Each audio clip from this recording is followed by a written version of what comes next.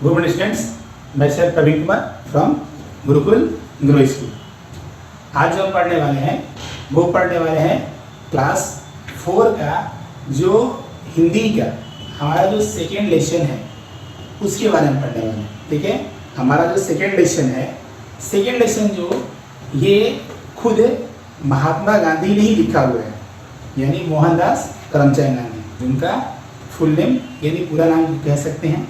और इसका जो शीर्षक है वो क्या है, जब मैं पढ़ता था।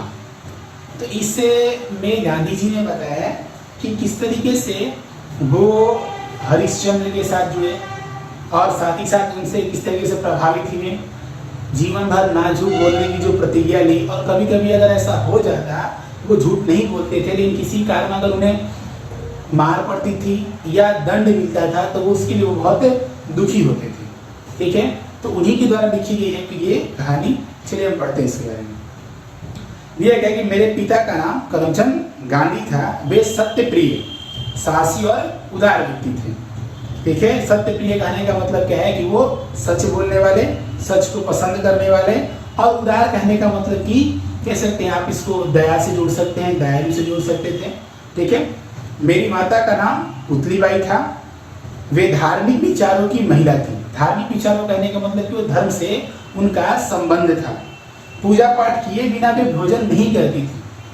ठीक है, और बहुत सारे ऐसे लोग होते हैं जो बिना पूजा पाठ किए भले वो कितना ही लेट क्यों ना हो जाए वो भोजन वो ग्रहण नहीं करते। मेरा जन्म 2 अक्टूबर 1869 को पोरबंदर गुजरात में, जो इस समय गुजरात में है पोरबंदर, वहाँ हुआ था। वहाँ से पिताजी जब राजकोट, एक जगह है राजकोट, गए तब मेरी उम्र 7 वर्ष रही होगी। यानी इनको भी नहीं मालूम है कि उनकी उम्र एक्चुअली में कितनी थी। तो ऐसा कह रहे हैं कि उनकी उम्र जो है, जब पिताजी राजकोट पहुंचे थे तो उनकी उम्र लगभग वो 7 वर्ष की रही होगी।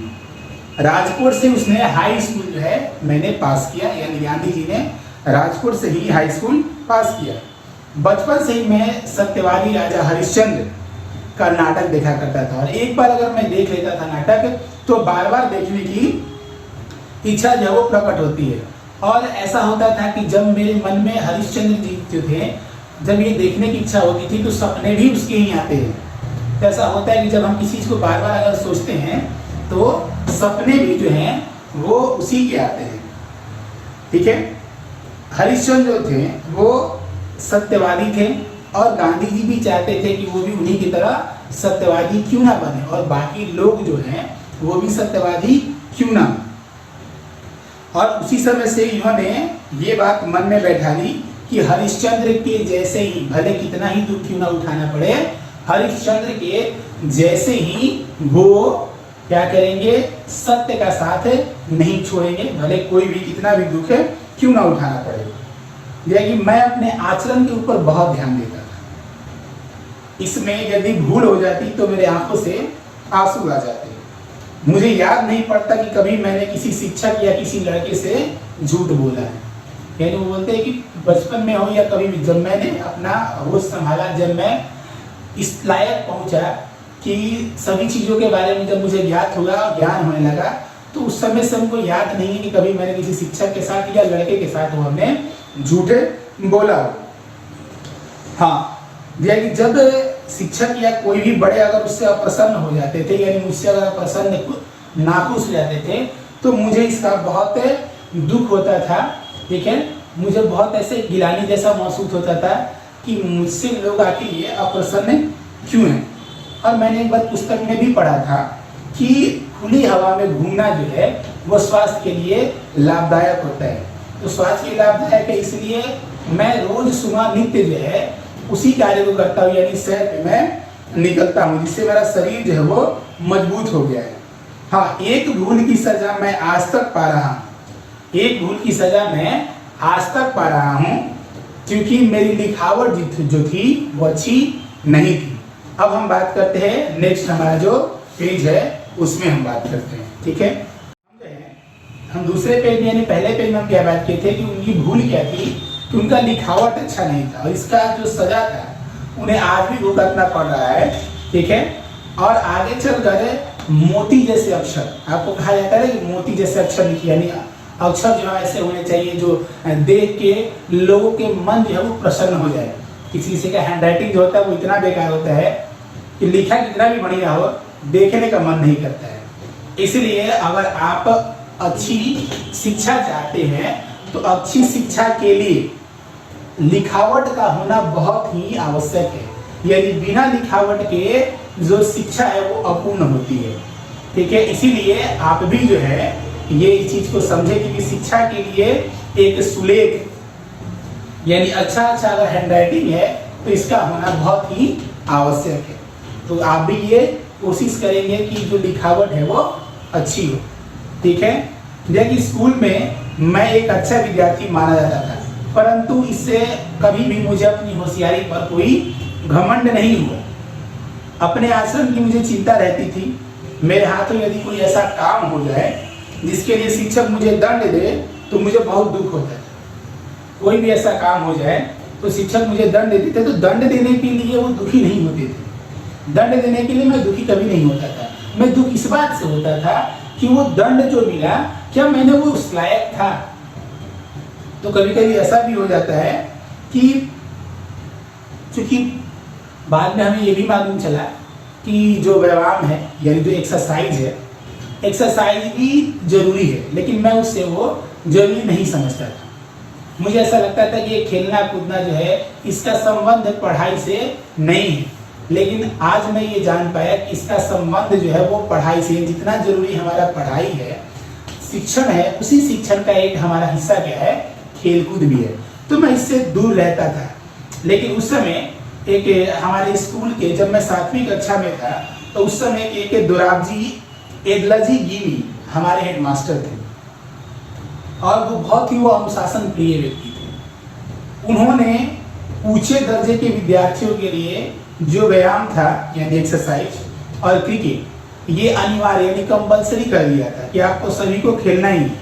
लेकिन खेलने में मेरा मन नहीं लगता था। अनिवार्य होने से पहले मुझे व्यायाम करने में अथवा क्रिकेट या फुटबॉल जैसे खेलों में रुचि नहीं थी। यानी जब तक स्कूल में वो कंपलसरी नहीं हुए, अनिवार्य नहीं कि आपको करना ही है, तब तक मैं वैसा रुचि नहीं रखता था। लेकिन जब से हेडमास्टर जी ने उसे अनिवार्य कर दिया तो मुझे इस बात की चिंता नहीं थी कि मुझे क्रिकेट खेलना है या मैं खेलूंगा नहीं खेलूंगा। मुझे इस बात की चिंता रहती थी कि मैं अपने पिताजी का ध्यान कैसे रख पाऊंगा। ठीक है, देखा अब मुझे समझ आया कि व्यायाम में और ये अभिरुचि मेरी भूल थी। उस समय मैं सोचता था कि व्यायाम का शिक्षा के साथ कोई संबंध नहीं है। बाद में मेरी समझ में आया कि पढ़ाई के साथ साथ व्यायाम भी जरूरी है। व्यायाम में अरुचि का एक कारण मेरे मन में पिताजी की सेवा करने की तीव्र इच्छा थी। यानी व्यायाम अगर नहीं करना है तो इसका कारण क्या बनता था, मुझे पिताजी की जो सेवा थी वो करनी होती थी। ठीक है, ये कारण था। स्कूल बंद होते ही, ठीक है, हाँ, तो ये जो हमारा पेज है ये हम पढ़ लिए। अब हम बात करते हैं हमारे अगले पेज में जो हमारा लास्ट पेज है। जैसे कहने का मतलब कहना कि वो उसका कारण क्या बना, उन्होंने कहा कि मुझे व्यायाम में अरुचि इसलिए थी और एक कारण ये भी बनता था कि मैं पिताजी की सेवा करना चाहता और मेरे अंदर ये तीव्र इच्छा थी, तो ये भी एक कारण बनता था। दिया कि स्कूल बंद होते ही, हमारा जो अगला पेज है, स्कूल बंद होते ही तुरंत घर पहुंचकर उनकी सेवा में लग जाता है। जब व्यायाम का अनिवार्य दिया गया तो इस सेवा में विघ्न पड़ने लगा। विघ्न का पड़ने का मतलब रुकावट हो गया, यानी मैं पिताजी की सेवा अच्छे तरीके से नहीं कर पा रहा था। मैंने पिताजी के सेवा के लिए व्यायाम से मुक्ति हेतु प्रार्थना पत्र दिया, पर हेडमास्टर साहब कहाँ छोड़ने वाले थे। यानी मैंने कहा कि मुझे व्यायाम नहीं करना है। ठीक है, मैंने कारण भी बताया क्योंकि मैं झूठ नहीं बोलता था, तो मैंने कारण भी बताया। लेकिन हेडमास्टर जी थे वो मानने वाले तो थे नहीं, अनुशासन प्रिय व्यक्ति थे, वो नहीं माने। अंततः मुझे ये काम करना होता था। एक बार शनिवार की बात है, सुबह का स्कूल था और शाम के 4 बजे व्यायाम का समय दिया गया था। और हुआ क्या कि आकाश में बादल छाए हुए थे, टाइम और मेरे पास घड़ी भी नहीं थी, समय का पता नहीं चला। जब मैं स्कूल में पहुंचा तो उस समय सभी लोग वहां से जा चुके थे। जब हेडमास्टर साहब ने मुझे देखा तो उन्होंने अगले दिन मुझे बुलाया स्कूल में और कहा कि मोहनदास तुम क्यों नहीं आए। तो मैंने कहा कि सर मैं आ रहा था लेकिन मेरी घड़ी नहीं थी, समय का पता नहीं चला। मैंने सत्य बोला। मैंने झूठ नहीं बोला, जो मेरे साथ घटनाएं घटी वो मैंने साफ साफ बता दी। लेकिन हुआ क्या यहाँ पे कि हेडमास्टर जी जो थे वो बात हमारी नहीं माने, उन्हें लगा कि मैं झूठ बोल रहा हूँ, उसने इसलिए उन्होंने मुझे दंड दिया और कुछ जुर्माना भी लगाया। ठीक है, करीबन 1 या 2 आने ठीक से याद नहीं है, लेकिन उन्होंने जुर्माना लगाया। फिर मुझे इस बात का दुख हुआ कि मैं झूठ समझा गया, मैंने झूठ नहीं बोला। तो इसीलिए कहा गया है, कभी कभी यहाँ पे ये भी दिया है कि मैं यह कैसे सिद्ध करता कि मैंने झूठे नहीं बोला है, परंतु मुझे कुछ उपाय ना सूझा, मैं मन मारकर रह गया। बाद में यह बात समझ में आई कि सच बोलने वाले को सावधान भी रहना चाहिए, यानी सच जो बोलते हैं उन्हें हमेशा जो है वो सावधान रहना चाहिए, ताकि वो बातों को स्पष्ट कर सके, क्योंकि इन्होंने झूठ नहीं बोला था। ठीक है, तो ये था मोहनदास करमचंद गांधी द्वारा, इसका कुछ अंश लिखा हुआ, उनके बचपन की कुछ यादें थी। बाकी जो क्वेश्चन आंसर शब्दकोश जो है वो हम आपको अगले वीडियो में जो है आपको हम वो रिलीज करेंगे। ठीक है, तब तक आप जो है इसको पढ़ते रहिए। ठीक है, तब तक लिए थैंक्स, गुड बाय। क्लासेस चला रहे हैं, तो ये क्लासेस पढ़ने के बाद आप सभी को जरूरी है अपना कमेंट्स डालना। आपको अपना सब्जेक्ट पढ़ के और इसके बाद कमेंट्स में अवश्य लिखिए आइदर यू हैव अंडरस्टैंड और नॉट। इफ एनी क्वेरी उसमें आप मेंशन कीजिए, और अदरवाइज उसमें लिखिए I understood, I have done my homework. और जो भी होमवर्क दिया जाता है उसको पक्का पूरा कीजिए।